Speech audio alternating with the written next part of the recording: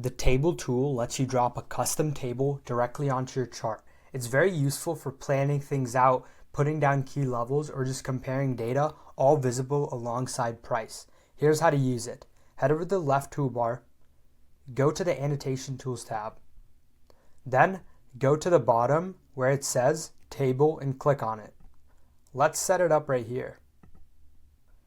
Now, you can put anything you want, but for example, for a trade plan, you could put entry, stop, target. Say you want to build a key level summary, you could put support, resistance, and pivot. Say you want to add a row or column, simply hover over a specific area, say right here, and then right click. Add column to right or add row below. Now, say we want to change the color or font size, simply click out of the table, hover over it, double click on it. Now you're on style. You can change the background color, what the border color is, the text color and the text size, and even the text alignment. Now, other than that, have a great day, guys.